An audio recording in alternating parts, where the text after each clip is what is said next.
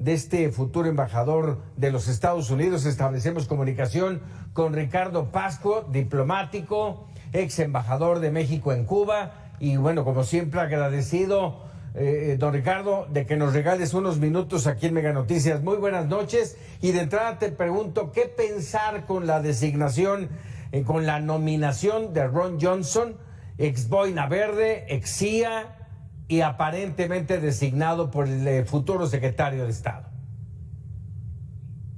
Muy buenas noches, Francisco. Te saludo y a todo tu auditorio. Yo creo que lo que tenemos que creer en este caso es lo que ven nuestros ojos, es decir, es un operativo de inteligencia, es un hombre que viene de las Fuerzas Armadas, tiene arraigada en su pensamiento el tema de seguridad nacional, viene a pensar en México en torno a los temas de seguridad nacional con toda claridad. Su gestión en El Salvador, hay que decirlo, fue, digamos, el prolegómeno a la gestión de Bukele. Le tocó estar con Bukele, pero Estados Unidos le dio todo el aval y toda la fuerza para avanzar en el proyecto de fuerza que ha seguido en ese país. No es simplemente que viene automáticamente a implementar la política que se aplica en El Salvador, porque México no es El Salvador. México es un fenómeno más complejo por la relación económica que México tiene con Estados Unidos, pero hay que entender que la combinación entre Ron Johnson como embajador, hombre fuerte, hombre entrenado incluso en tácticas de combate militar, inteligencia y espionaje. Y por otro lado, la combinación con Marco Rubio, el nuevo secretario del Estado de Estados Unidos, el encargado de la política exterior de Estados Unidos, que tiene un enfoque ideológico. Y con esto lo que quiero decir es de que, a diferencia de lo que algunos piensan, que estamos entrando en una etapa transaccional, como se dice, de transacción entre México y Estados Unidos, de darle algo a Estados Unidos a cambio de que nos deje en paz, un poco es la tesis que hubo en el sexenio anterior, de que si México colocaba a más de 20,000 soldados en la frontera con Estados Unidos, entonces esto aplacaba las exigencias de Trump, y Trump le dejaba al gobierno mexicano hacer lo que quisiese internamente.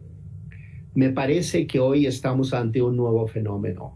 Y creo que México tiene que entender esto y saber cómo adecuarse. Es decir, ya no es solamente una discusión de migración y seguridad.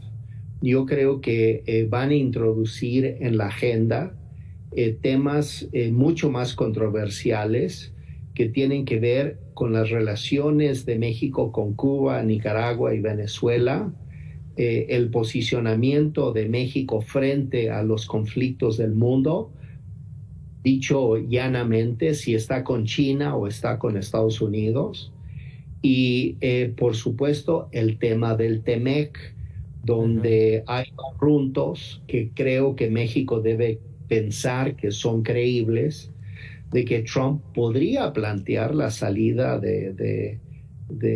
o el desmembramiento del TEMEC para hacer acuerdos bilaterales, un acuerdo bilateral con Canadá y otro acuerdo bilateral con México, que serían posiciones de negociación mucho más complejas y más difíciles. Entonces, yo creo que estamos entrando en una nueva etapa. Creo que el nombramiento de este embajador refleja eso, sí, que hay que prepararnos para una nueva relación completamente diferente a lo que fue la relación México con Trump en el bienio anterior. Una radiografía muy completa, como siempre, Ricardo, pero aunado a eso, justamente por todo lo que nos dices, Ricardo, yo te preguntaría, con todo eso, falta el paso de México.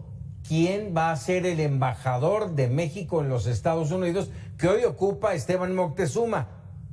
¿A quién ves? Porque tendrá que ser alguien de buen tamaño.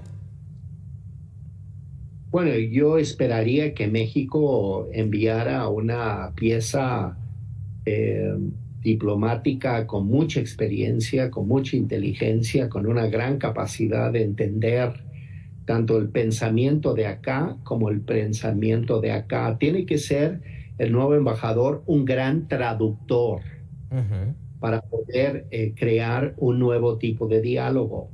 Digo esto porque a mí me ha preocupado un poquito las reacciones de nuestra presidenta de enfrascarse en discusiones innecesarias con el señor Trump. Me parece que hay que tener mucha sangre fría en el establecimiento de una nueva relación con Estados Unidos. Y eso implica poder entender el pensamiento de acá. Y ojo, no significa solamente hablar inglés, porque yo sé que nuestra presidenta habla inglés, sino es entender el pensamiento de este nuevo eje de pensamiento global que está emergiendo en Estados Unidos y que hoy exige que México esté a la altura con una gran creatividad y flexibilidad. Hablar siempre de la soberanía, por ejemplo, eso es un tema muy complicado, porque ¿de qué me estás hablando de soberanía cuando el 80% de nuestro negocio va a Estados Unidos? México es parte de la economía doméstica de Estados Unidos. Y entonces tenemos que replantear todo el concepto de soberanía y ser absolutamente honestos con nosotros mismos. Este es un nuevo mundo, Francisco, y se tiene que entender que este es el inicio de un nuevo mundo. Así es. Y si no somos capaces de replantearnos, incluso con nuevos paradigmas, la relación con Estados Unidos, vamos a caer en una relación de mutuos desentendimientos, que es lo que ha sucedido ahora con esto de las conversaciones entre México y Washington, y que no nos sirve para nada. Hay que repensar. Entonces, el nuevo embajador de México en Estados Unidos tiene que tener esa gran capacidad y esa sagacidad para ser el gran traductor eficaz para salvar la relación bilateral, que por lo demás, Francisco, con esto concluyo, es inevitable, digo, nuestra relación con Estados Unidos, no hay cómo cambiar la geografía, ¿no? Entonces, asumamos... Inevitable, pero importante además. Así es, Ricardo Pascua, como siempre, agradecido de que nos regales unos minutos y nos des luz en este tipo de asuntos. Muchísimas gracias. Con mucho gusto. Gracias.